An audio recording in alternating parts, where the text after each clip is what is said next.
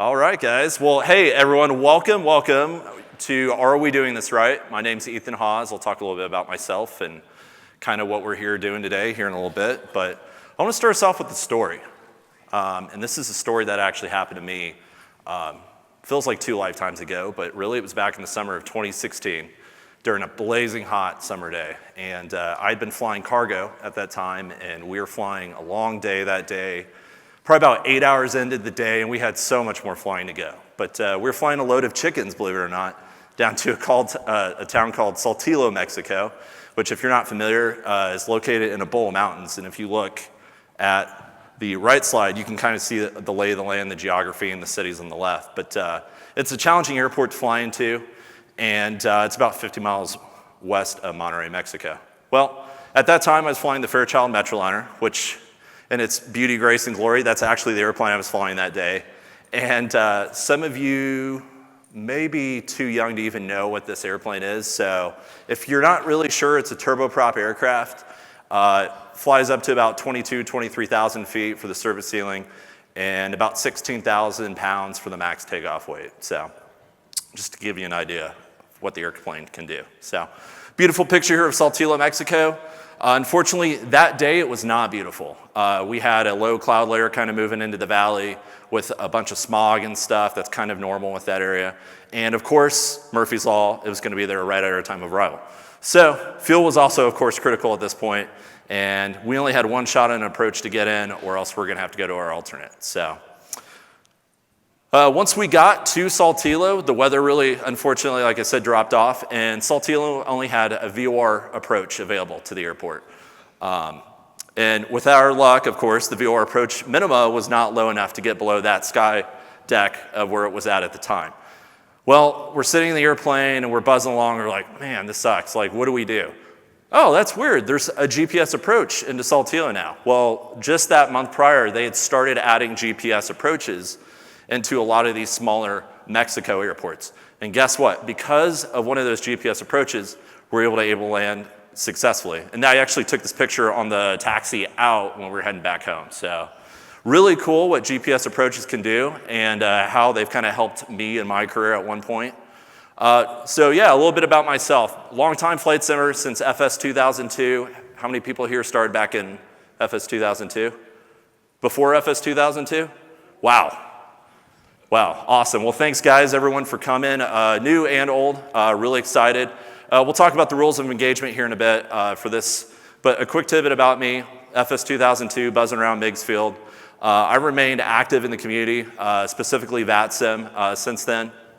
I graduated from college back in 2016, and I ended up majoring in professional aviation business. So really cool to see what the flight sim world can change and alter people's life and career paths. And that's one of the cool things about this weekend is getting to meet people and network.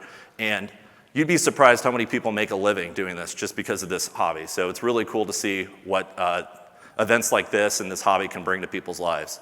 I currently have a master's degree that I finished up last fall in aviation business. I flew metros out of college, though, to build flight time, instructed a little bit, went to the regionals, flew for Republic out of Newark and LaGuardia and Intercontinental for about 5 years. Upgrade to captain there, and also became an instructor in the training department. Unfortunately, something called COVID happened, so when I was there, it wasn't looking too great, and a buddy of mine went to Collid Airways. If anyone knows what that is, it's a Part 121 supplemental cargo carrier. Flew the 767 around the world for a year there. My wife's actually here, so she got to deal with me being on the road for 16 days at a time. And somehow, she'll testify to this, after 16 days of flying on the road for hours and nights on end, I'd come home and what would be the first thing I would do? I would jump in the sim and go fly, of course. So, dog tired, fatigue, jet lag. Oh, let's go do a flight in the sim. Sounds great. Or let's go control. So obviously I love the community and you guys are all part of that. So thank you. Ultimately, though, Southwest Airlines ended up calling me about a year after being at Collid. That's my dream job, and I've been there since January 2022. So been a blessing. But I've used GPS approaches all around the world, over the ocean, to shoot approaches into the smallest airports like Saltillo and turboprop airplanes, to shooting an RNP approach actually coming into Vegas a few days ago on a trip. So really cool to see what GPS approach technology can do for us. So like I said, rules of engagement today, guys and gals. Today's presentation will assume everyone has some sort of baseline knowledge of IFR procedures and competencies. Unfortunately, it would be impossible to teach y'all everything about IFR flying in about 45 minutes. So we're gonna kind of cut and drive our way through some concepts, and we'll break down some of the basic stuff, so hopefully everyone at least has some sort of fundamental knowledge before we dive into some of the other stuff. Outside of that though, we're gonna get our hands dirty in some live demonstrations that I shot in the simulator. Unfortunately, I wasn't able to get approval to shoot them in the airplane like I originally wanted to, but hopefully that'll cover those bases a little bit. And we'll also learn some tips and tricks along the way on how to fly GPS approaches like a professional, so. Cool, so when I was kind of doing my initial research and proposing the topic to Evan and company when I wanted to speak this year, I called it RNAV and RNP approaches. Well, in reality, those kind of fit into a term called performance-based navigation, or PBN, if you haven't heard the term. And we'll dive into what PBN is exactly a little bit and talk about the concepts of it here in a little bit. But don't worry if you don't know about it. Cool. Well, let's talk about what exactly we're gonna discuss regarding PBN technology in aviation. So we'll start with the basics. Kind of talk about some misunderstood elements that we typically see, maybe as flight simmers, or I'll see in the community when people talk about PBN type approaches utilizing GPS technology. We'll briefly talk about kind of today and tomorrow's advancements in this world, and then we'll also get into some demonstrations after that, so. Cool, so let's start with the basics. I'm assuming everyone knows what GPS technology is here. Pretty straightforward. Unfortunately, GPS will get looped into this thing I call the generic term. So think Advil or Tylenol, ibuprofen, acetaminophen. Those are all generic terms, right, for those drugs. Well, GPS is, everyone's like, oh, the GPS approach. Well, it's more to it than that. And of course, like anything in aviation, it's a little more complex. So, for starters, let's talk about GPS, a global positioning system that was developed by the Department of Defense back in 1978. So almost 50 years ago. It's kind of crazy to think about. But originally it was designed to be a military tool that they would use on the battlefield. Well, they finished their 24th satellite launch back in 1993. And at that time they said, man, we can do a lot of great things for the general public if we let them have access to GPS. So things like this, a cell phone, right? All of our cell phones are utilizing GPS technology probably right now as we're sitting here, believe it or not.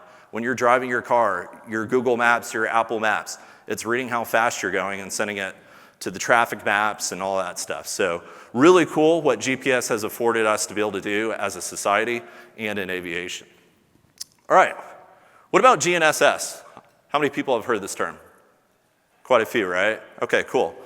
Well, just like GPS, GNSS or Global Navigation Satellite System is a concept that takes everyone's GPS system that they develop. So Russia, China, and the EU. So EU uses Galileo. They don't call it GPS, it's their Galileo system. And Russia's, for example, is called GLONASS. Well, everyone put their heads together and they said, well, we have all these satellites in the air providing all these services, right? But what if we were able to have them work together and then help everyone that much more? So that's what it is. It's a collaborative effort that provides GPS signals utilizing everyone's technology instead of one system like GPS. So ultimately, that's just going to expand GPS coverage and accuracy to users like us on our phones, in the airplanes, in the simulator, if you want to think of it like that. Cool, so we talked about PBN, right? Well, what is PBN at the end of the day? It's a satellite-based system, or a concept. It's a satellite-based system that utilizes onboard monitoring of the aircraft to fly precise flight paths. So pretty generic, right? Basically, the concept of PBN is it can be broken down into three parts, and I kind of briefly mentioned them in the graphic there. But basically, PBN is we can use navigation on any part of the world, over an ocean, over a mountain range, over the poles, right? We can use it to fly departure and arrival procedures, And we can even use it to fly approach procedures, which is what we're talking about today. Next, RNAV. Everyone's heard this term, right? Area navigation. Pretty generic in terms of what it is. Everyone's like, okay, well, area navigation. Well, let's take a time out and kind of drill back to what it was before we had area navigation. So back in the day, everyone had to use ground-based nav aids, right, to get around VORs, DMEs, NDBs, all that stuff, right? Well, with the advancements of PBN technology, now instead of flying from point to point to point, we can cut a straight line and fly straight through them. And guess what? Everyone wins in that concept because it allows us flexibility to not be bound by ground-based nav aids. I don't know about you guys, but I think it's pretty hard to put a VOR in the middle of the ocean and maintain it and power it. So that's one of the cool things that RNAVs allows us to do is to put these paths and design them to places where we couldn't do it before. It improves in routing flexibility though, cuts down flight time. That's a big thing, and ultimately, when we cut down flight time, we cut down in fuel, right? So that saves everyone a lot of money, and money talks. So RNAV technology, it's a beautiful thing. SBAS, satellite-based augmentation system. Continental coverage mainly involves moving parts on the ground, in the aircraft, and in space. And now we're starting to get a little technical, so I'm gonna keep things a little simple here for the brevity of this presentation. But essentially it calculates the error tolerant or the errors that the aircraft is receiving by its normal GPS processes, and it corrects them down. So we get a little more accurate position information. They're always working together, and for example, like I said, continental coverage. So the WAAS system, I'm sure you all have heard of, covers primarily North America, and other regions have their own SBAS network, okay?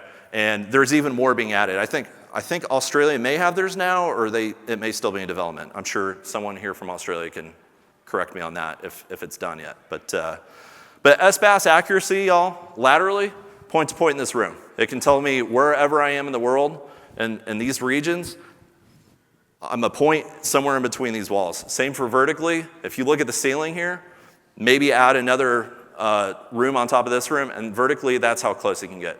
In the grand scheme of things, when you're moving at hundreds of miles an hour, and you can be anywhere in the world at any point, and it can get you within that window, pretty good. Not bad, right? You gotta remember the Earth is, what, like 25,000 miles around? So pretty good. Well, it gets better. Ground-based augmentation system, and this is kind of the future, and we'll briefly touch on this a little bit more, but it covers airports only, and you're looking at about a 40 to 60 mile radius around the airport. But it uses a variety of components like SBAS to get the job done. It provides error corrections just like SBAS does, but like I said, at tighter tolerances, and these components all sit at the airport. And one of the cool things is they're self-redundant, so if one station, for example, goes down into the 4, the others can take over. And you can put these stations anywhere around the airport. They don't have to be next to the runway, like an ILS glide slope antenna shack or a localizer. And guess what? If you drive or taxi past these little masts, nothing happens. It's pretty cool. So that's kind of the direction we're going, and this is the cool part. The approach environment accuracy on these, pretty freaking good. You're looking at about almost the width of this stage to probably half the height of this room. So we're getting really good. Cool. RNP, well, that's kind of why we're here today, right? So required navigational performance. And really, it's there for safety, everyone. These are measurements in nauticals and miles that procedures and standards are built to that we want the aircraft to be within. Bad things happen when you go outside of these ranges because they look at terrain and other factors and say, well, guess what? As long as we're within this path 99% of the time, and we can ensure that, we're good to go. We can safely fly these approaches. And you can see there's different breakdowns of what can be required when, but you can go down to a 0.1 RNP now, which is pretty freaking cool. Actual navigation performance. Well, this is what really matters, right? So how's the airplane actually performing versus what's required, right? And this is the number you'll see in your PFDs or MFDs or whatever that will be next to RNP, and they're always kind of checking against each other, right? And essentially, it will adjust to what your aircraft is doing, right? So over the ocean, we get away with 10 RNP. Well, that's great. 10 miles over the ocean, not bad, right? But if I'm shooting an approach in the mountains, I don't know, 0.3 or 0.1 sounds a little bit better. So outside of that, if this value gets exceeded, that's when you start getting alerts in the cockpit that, hey, we're not able to do or maintain the GPS accuracy that we need. Cool. So quick little audience interaction thing here. Take a look at these approach plates really quick. One's here in Vegas, 26 left. This is actually the approach I just shot. And it's the RNP, and then this is the RNP to Heathrow's 27 left. In terms of technology, navigational technology being used for these approaches, can anyone tell me what is different about these two approaches? Just raise your hand and, yes, sir. Vertical guidance. Well, believe it or not, they both have vertical guidance. Anyone else? Yeah, there's an RF turn on there. Yeah, and we'll talk about that here in a sec. But at the end of the day, we're talking, what does it take to fly these approaches, right? Navigational technology. Nothing, guys. And it's weird because you look at the titles, right? And it's like, well, one says this and one says this and this, right? So it's kind of funny. So like anything in aviation, it's complicated, right? So ICAO, or the International Governing Body of Aviation for most of the world, besides the United States basically, said back in 2014 they felt the term RNAV was too general when they were naming approach procedures. So what they said was, well, let's simplify the naming of these things here, okay? Reduce confusion on what's being used for each approach. And at the end of the day, RNP means what? Required navigation performance. Well, guess what? To do all these approaches, you need some sort of required navigation level. So, of course, the FAA has to be different, like we are in everything, right?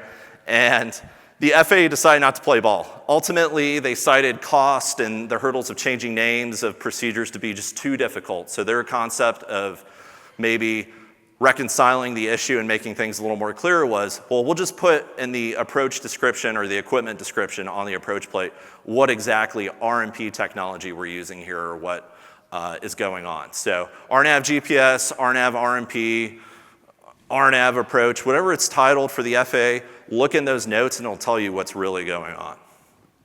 Cool. So PBN today, over 24,000 procedures used worldwide, utilizing PBN technology, departures, arrivals, approaches, et cetera. ODPs even, obstacle departures if you're not sure what that is. Used in every corner of the world, including Antarctica, so pretty cool. And basically, to kind of give you an idea of the advantages of using GPS technology versus like an ILS that we all know and love, right? A Cat 1 ILS roughly is about 10 million USD to install. So not cheap, right? And then they say it's about $25,000 a year to maintain. And that's on the cheap level. That's not, if you have terrain and all sorts of other issues that these systems may have to put up with. So PBN technology with approaches, much easier to maintain and more efficient. So, all right, so the future. Well, we talked about GBAS, right? So there's a GLS, and how many people have here heard of GLS approaches? Show of hands. Okay, fair amount, nice. So about 30% of the room. So think RNP approach, but to lower minima. Currently, GLS approaches can go down to Cat 1 minima, which is half mile, 200 feet above touchdown zone elevation. It's not, like I said, specific to ILS interferences, so your ILS hold short lines and all that stuff may be a thing of the past. Who knows? In our lifetime, ILSs may go away and this may be a thing in the future. And they can be used at any runway at the airport. Like I said, those stations, you could put them right next to the terminal and they can serve every single runway that airport has. So pretty cool. Further implementations being researched. Right now, I know specifically in the United States, they're looking at a specific set of airports to start utilizing these procedures more as aircraft and air crews and whatnot start to have this technology to be able to shoot these approaches. And they're also researching these approaches to be able to go down to Cat 3 minima. So pretty cool. Like I said, it's getting really accurate. So let's kick the tires and light the fires and get started with some demos. And before we do that, we'll just cover a couple quick concepts so we have a good fundamental knowledge before we go and start talking about some stuff in these demonstrations. Flyby waypoints. So flyby waypoint, just like most waypoints, if you zoom in on your map far enough, the turn's gonna get led to the next segment, right? It's gonna cut that corner. And these waypoints are used to accomplish various goals when they design these procedures. So, reasons we may have a flyover waypoint versus a flyby, well, maybe they want you to avoid a noise abatement area or a certain set of airspace and they need you to go over that fix and then start your turn to the next leg. That's typically when you'll see a flyover waypoint being used. They want you over that for a reason. RF legs, someone mentioned that earlier, radius fix. It's a constant turn, and this is one of the cool things about RNP technology within the PBN approach spectrum that we now have available to us. So instead of tracking straight radials on VOR radials and localizers and stuff, now we can curve courses and do all sorts of cool stuff. Yes, we could fly curve paths with conventional-based nav aids, right? ARC, DME approaches, stuff like that. But the tolerances that they have to certify terrain clearance and whatnot on those are a lot greater than these RF legs. Remember, I said 0.3, 0.1 miles from that center line of that course. So we're really able to surgically kind of get in there and use these procedures and design them. So RF legs really add a whole new advantage on where we can start using these approaches to maybe like Saltillo, where you could just go straight in and that was it because the mountains around it with the VOR approach. Well, now we could do an arcing approach or use waypoints to navigate through the valleys to get to the runway. So, cool. So here's some examples. You talked about a radius fixed turn. Pretty simple one there on the left. However, you can get really creative with these and put them through valleys and mountain ranges and around airspaces and stuff like that. So there's a really cool example on the right. That's one of the FS 2022 scenarios. If you're not familiar, I grabbed that screen from. So if you want to fly one of these, believe it or not, you can just go do it in the sim right now. And there's actually a really cool scenario you can do to do that. Cool. Procedure speed restrictions. These are equally important and something you have to look at when you're shooting these approaches. They're there for a reason. So, quick audience question. Raise your hand if you know the answer. What happens to bank angle on an aircraft to maintain a set radius the faster we go? Steeper the turn, right. Yeah, because if someone said wider, well, if you keep the same bank angle and go faster, you're going to go a lot wider. Well, remember, we want to stay, for example, on the right here, we want to stay on that path for whatever reason they designed that. So, speed restrictions are there to keep you really on these RF legs. That's where they strategically kind of implement these into these procedures. And ideally, they do some math in the background, and they say approximately 25 degrees angle of bank max is what they design these speed restrictions to meet. Any more than that, you're kind of looking at unstable approaches and stuff like that. So that's why these speeds are important. Cool, minimums. Well, that's great, right? We're flying all these approaches, but how low can we go? Well, these examples are from all over the world. I looked around and I'm like, well, okay, do things look different? No. At the end of the day, what matters is what approach guidance is available. Someone talked about that earlier. What can the aircraft do? Maybe your aircraft can only fly LNAV and VNAV approaches, right? What about the aircrew? What about you? What are you familiar with flying? If you can fly a straight-in approach, great. If you're not comfortable with flying RF legs and stuff, maybe not a good idea to try to shoot those in your simulator. Because we're trying to avoid that red screen. Someone talked about dying in the seminar yesterday, in the opening seminar. And there's nothing more infuriating than doing your flight and then crashing at the very end, right? Especially when it's not your fault. But with aircrew certifications, y'all may see some notes on your approaches that say AR, or authorization required. Essentially, as a professional pilot, all that means is we've received training on that and we're able to fly those approaches. So we practice those in the sim and we spend some time in the class talking about them. But in reality, guys, when you go home, what can you fly, right? Certification of aircraft and crew. That's one part of the equation, and what can the aircraft do? So at the end of the day, if the approach is available in your simulator, go fly it. Who cares? You can do your research. You can study on how to fly these, but at the end of the day, if it's available, use it, right? It's another tool in your toolbox. So, cool. Well, let's have some fun and jump in the sim. I'm going to kind of walk through some of these as we fly along because they're all shot in real time. I apologize. I have a dinosaur computer, and I am working on upgrading that right now. So I apologize that everything's not in 4K, but we'll do our best. So as you can see here, I just talked about the RNP value. I put that in the FMC in the bottom left in L6, and essentially that will say, hey, I'm going to keep comparing myself to ANP, right? And that's the value where that triggering is looking at, right? And then, of course, the little green, I don't know if the laser will work from here, but the little green ANP and RNP values are also available on your map, right below your indicator on the Boeing. I apologize, this is an Airbus. I'm not an Airbus guy, so I felt kind of weird trying to do it on an Airbus, so I just figured I'd do it from the perspective of the 7.3. Cool, so this is a vector to file example, right? You don't have to join a procedure at an initial approach fix or at an intermediate fix. You could get clear direct one of those fixes and start from there, and ATC may have you do that. But you can also get a vector to final. So we're turning to intercept the final approach course here. And on the Boeing, you'll see I'm waiting to hit LNAV because you want the wings to be level, because when you hit LNAV, it'll automatically snap the wings level and intercept right there. So if you're 90 degrees off and you smack LNAV, it's going to sit there and try to intercept at 90 degrees, and we all know how that works. So we got our vector to final. We're at 2,000 feet.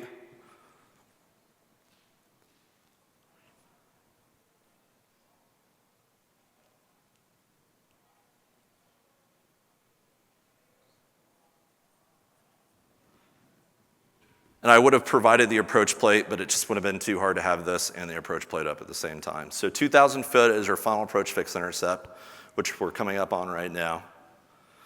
As you can see, we're still in outhold, right? So if I do nothing, what's going to happen to the airplane? It's not going to descend, right? Well, now that I'm established on a segment of the approach, not a bad idea to hit VNAV at this point. So as we come up on it here, all right, we're on a segment of the approach. We're cleared for the approach. I just hit VNAV. And now I'm going to set a lower altitude, right? Because we need to authorize the aircraft to go to a lower altitude. So at Southwest, we set rounded up from the touchdown zone elevation to the next highest setting. So the aircraft will start a descent and leave the previous altitude we had set in there. And the aircraft starts down as it hits our VNAV path. And y'all are going to get to see a true Southwest Airlines approach here because I'm doing 173 knots, 178 knots, and I'm at a 4-mile file right now. But this is accurate. But guess what? Watch what happens at 1,000 feet above touchdown zone. We'll be stabilized. And that's stabilized criteria, guys. So. Then you land like Ryanair. And apparently we land like Ryanair. At Midway, yes. At San Jose, not so much. So cool. Everything's kosher. We're LNAV, VNAV path. And everything, I preached this like 2 years ago. Everyone needs to be looking at your FMAs and be familiar with your FMA modes. Flight mode enunciator, right? It's above your PFD. You got to be familiar. Put your nose in the books and get familiar with those things because a lot of times the answer typically we see as ATC on VATSIM or whatever's, I don't know what the airplane's doing. Well, that's okay, but well, why? Your FMA is what tells you the story. So as you see, we're coming down. Guess what? We're fully configured, flaps 30, gears down, speed brakes are armed, like we're clear to land. So pretty straightforward. It's kind of like an ILS, right? And once you're more than 300 feet below your final missed approach altitude on the Boeing aircraft, you can set that missed approach altitude, which I've done. Cool. We'll go to our next example. All right, cool. Well, let's do one with an RF flag. Well, guess what? Las Vegas 26 left, right? Just did it last week. We just talked about it, so let's do it. So at this point, we're coming in on the Rounders arrival, which is from the LA direction. And we're going to kind of demo joining the approach up with the arrival and kind of what that looks like and taking out a discontinuity. So as you can see, the approach starts at Bourbon, and guess what? the arrival terminates at Bourbon. They specifically design these procedures 99% of the time, asterisk there, to join up with each other, to make ATC's life easier and to make your lives easier. So we've joined up the approach, and as you can see, now we're gonna get our radius fix joined in instead of flying that downwind vector like the star originally had called for. So we're gonna start down on this. We're in an LNAV VNAV path. I have the bottom of the arrival still set because we're not cleared for the approach yet. However, a good habit to get into when you're cleared for the approach, set that final approach fix altitude to keep that airplane going down. Because if we have it set at 8,000, what's gonna happen? Aircraft's gonna stay at 8,000 feet. Yeah, it's not gonna go any lower, right? So we gotta authorize the aircraft to go lower. There's some speed restrictions along the way. You can see in the box there, I think it's 220 at Bourbon? 210, thank you.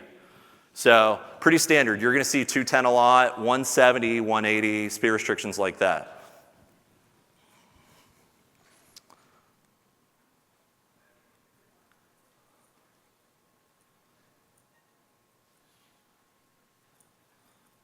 Sweet, so we're tracking down the downwind here, and we're waiting for ATC to clear us for the approach. And you can see the RNP versus the actual, also 0.3 on this approach. However, this one also has this one only has a 0.3. If y'all flew in, you may have came in on 1.9. That has, I believe, a 0.1 available to it. So if I was doing 1 to 0.1 minima, which usually allows you to get a little lower than 0.3, because of those tighter tolerances, you would set 0.1 in there.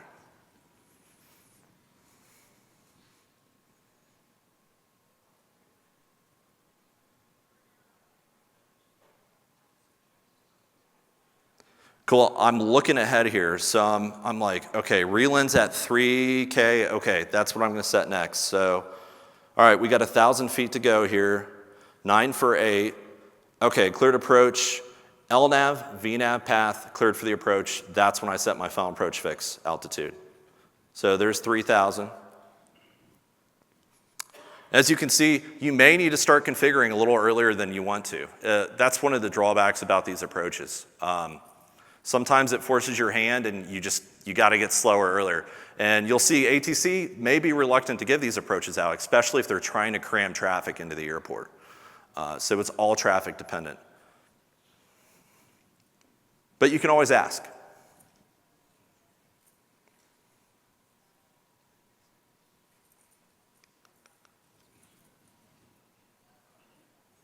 So we got our 210 speed restriction met. I did that with flaps 1. Oh, your final approach courses. Make sure you have both sides set to your final approach course that's listed on your approach. On some aircraft, the airplane will freak out if you do not have both set. So make sure you're doing that on part of your setup process as well. Briefings are equally important in these, y'all. So a lot of the work for these is really done at cruise altitude before you even get to the airport. Because if you're trying to brief and do these right now, you're gonna start missing details and trying to fly through things. So try to brief these ahead of time if you can with yourself and kind of look ahead, and we'll talk about that here in a minute.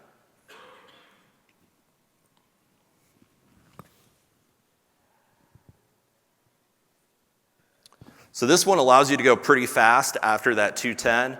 A lot of ones now with an RF fix, or an RF leg rather, you'll start to see the 170s, especially with a really tight turn. This one's about a 5-mile radius turn, so you've got plenty of time. They want you to keep the speed up, so they let you kind of have free speed at 210, basically. But as, of course, you approach the airport, you're going to want to slow down.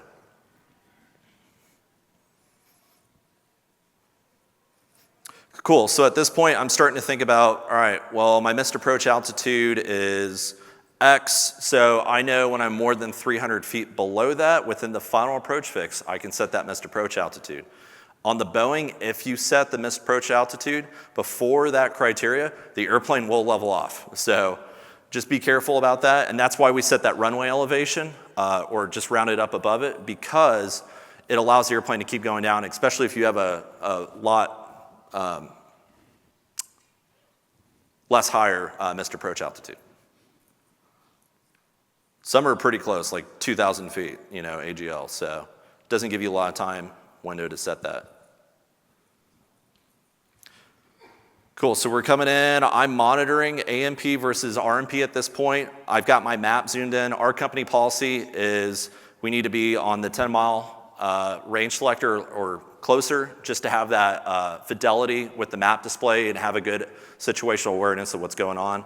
So not a bad idea to keep it zoomed in versus 20 miles out where it's just a bunch of lines and text and you can't see anything.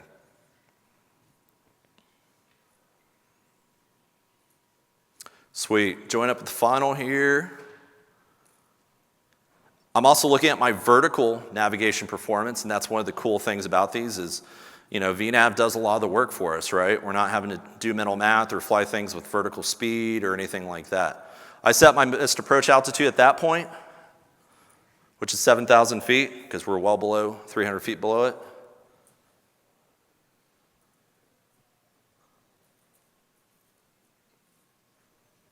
You get to watch another Southwest Airlines approach here.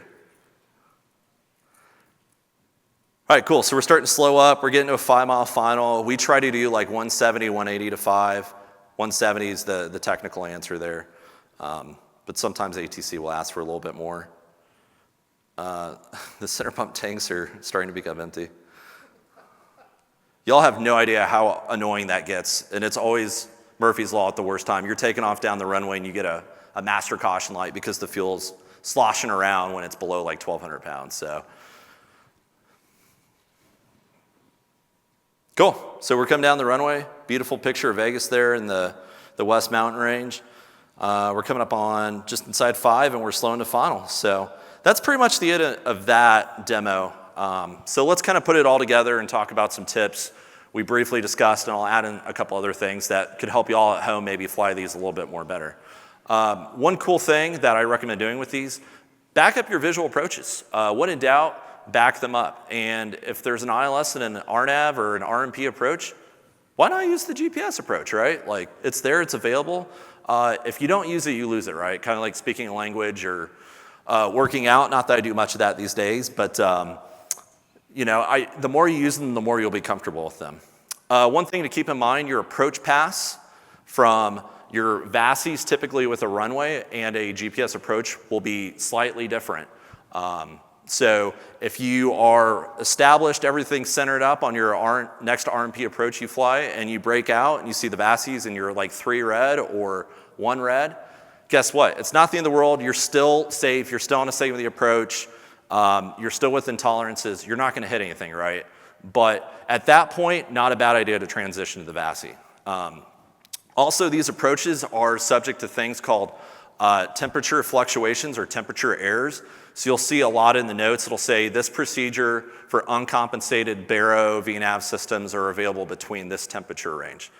Hot to cold, look out below. So the colder it gets, the more the true altitude of your aircraft will actually be lower due to altimetry errors and whatnot. So there is a tolerance on some of these, so keep an eye if you do have or you're flying an uncompensated baro VNav aircraft. So take a look at your aircraft's documentation to see if it has that system or not. Use caution though when you're shortcutting these approaches. I know it's all about getting there fast, right? But when you have a procedure with an RF leg, you cannot go direct to a fix that starts an RF leg. You have to go direct to the fix before. Reason being is, here's a great example. So we have mountains on either side of our RF leg, right? And if we went direct to that first fix, well, the aircraft's going to take time to turn to rejoin that RF leg. Well, now you're probably going to be exceeding whatever RNP is required to fly that RF leg, and the aircraft's struggling to make the constraints of that RF leg. So if we go direct to the fix before, it gets a chance to get itself established and safely fly that RF leg. All right, well, let's talk about missed approach. Not that these probably happen a lot in the sim, but they can. They can happen at any point. They don't have to happen at the missed approach point. So, big things to think about when you're flying these. Where am I at if I need to initiate a missed approach? Maybe someone becomes disabled on the runway. Well, odds are if you're flying one of these and you're on one of these RF legs, remember, they're there for a reason, right? You may be in the middle of a mountain range, diving and driving in, right, to the airport. Well, just hitting go around and coming like a bat out of hell out of the mountain range, you may fly into a mountain. So ATC, and the expectation is you'll stay on the lateral confines of the approach until either ATC breaks you off it or you're at a safe altitude where they can turn you off it. Or they may expect you to fly it all the way to the runway. That's a possibility too.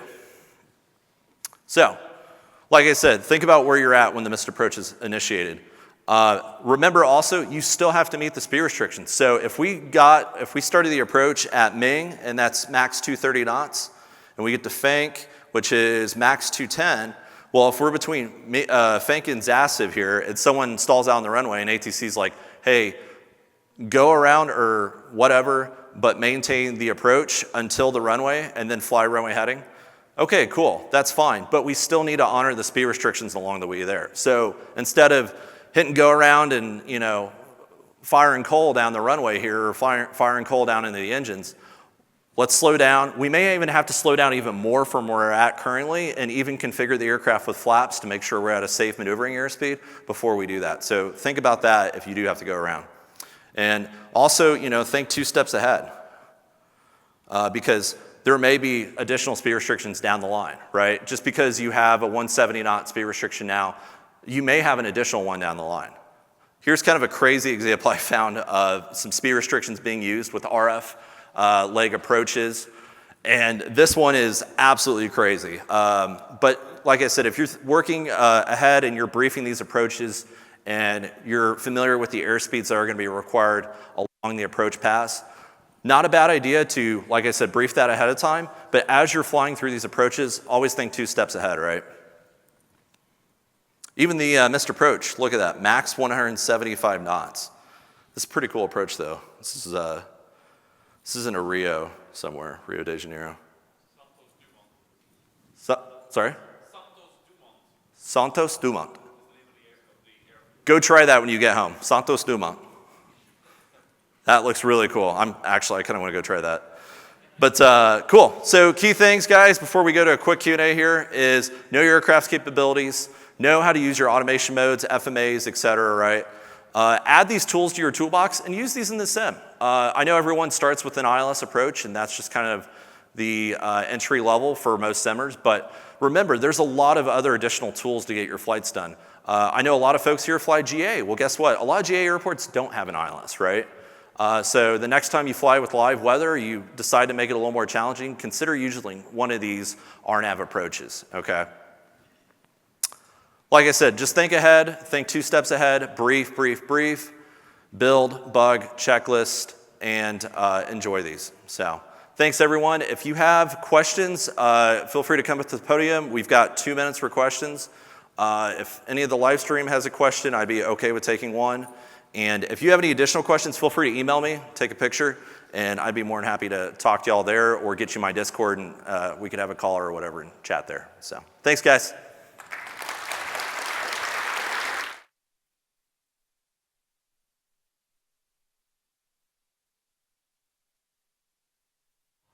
Sorry, it looks like we have one question. Go ahead. Hold on, they're turning it on. All right. Hello? Yep. Okay. Hey. So what happens if you engage approach mode in the 737 and you're flying an RNAV approach and you're on the final approach leg? So is the best practice just to use VNAV and LNAV as your modes on for the the entire approach? Yeah. Yes, okay. So I'm not sure if everyone heard the question. When should I use or if I can use approach mode on the 737 in general? Okay. Approach mode is explicitly on the 737 right now exclusive to ground-based approaches, i.e. glide slope and localizer. So like I said, our operator flies it with LNAV, VNAV. We're starting to learn GLS. In fact, Southwest will probably be flying GLS approaches in the next year. But I can only speak from my knowledge that we only fly an LNAV, VNAV, and we can fly down to RNP 0.1. So I can't imagine that wouldn't be the same elsewhere. The 777 may be able to do it in approach mode, I'm not sure. The 76 wasn't able to do the lower RNP stuff, so I can't really answer that 100%, I'm sorry. Cool. Thanks.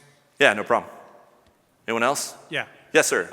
Do you, and this is more of a a general question, but Yeah. between an ILS and an RNAV approach, do you guys switch over to hand flying at different times or altitudes, one versus the other? Yeah, absolutely. So great question. And at Southwest, they really do encourage hand flying. For example, if you go to DCA, there's the RNAV visual, or the RNAV RNP to 19, right, with the infamous river approach. Well, we actually back up our visual approaches with that, and we'll hand fly it just with that RNP approach guidance. For IMC, typically our company policy, they want us to use the automation down to minimums if possible, or until we're visual at the runway. Not a bad idea, right, because you're trying to monitor everything else. But if you want to do that in the simulator, go ahead. I think it would be great for your flying skills, so good question.